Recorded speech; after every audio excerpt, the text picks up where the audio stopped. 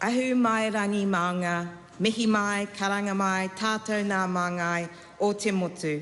Nā kaitiaki o nā tika tangata, te ati awa tangata, tēnā koutou, tēnā koutou, tēnā tātou katoa. Ayubowan, vanakkam. My congratulations, Mr. Speaker, on your reappointment. I want to acknowledge your guidance through the induction, and I look forward to your guidance this term. There's a moment just as you wake.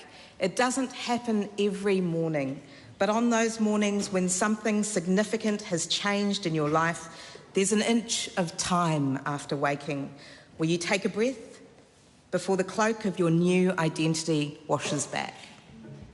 It was there the morning after election with warp speed like force and left me awash with gratitude for the trust placed in me as the first Labour Party member to hold the Upper Harbour seat.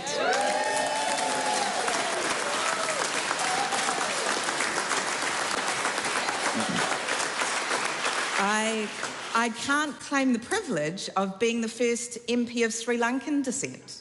Thanks to the speedy work of the Parliamentary Library, I quickly discovered that privilege belongs to the Honourable Annette King. However, I am the first Sri Lankan-born member of New Zealand's Parliament, and I'm incredibly humbled to be joining a values-based, not to mention enormous Labour caucus.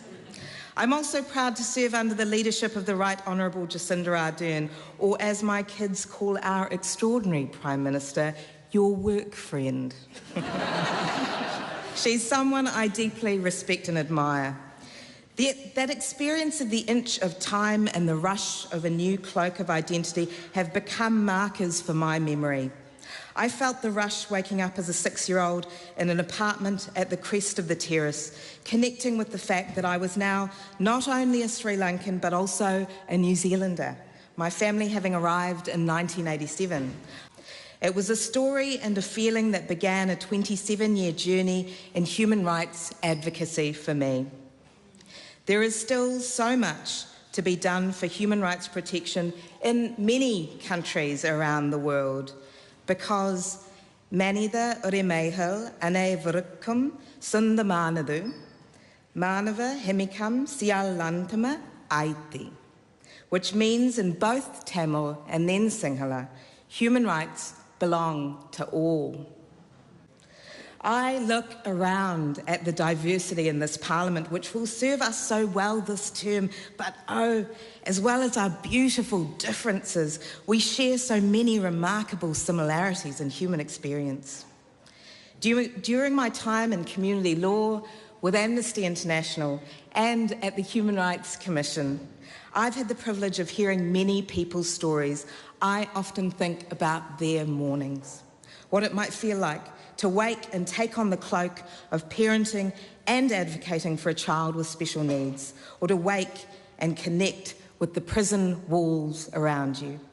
In recent days, I've thought about what it's like for those who wake and reconnect with their health status, with their immigration status, with their employment status.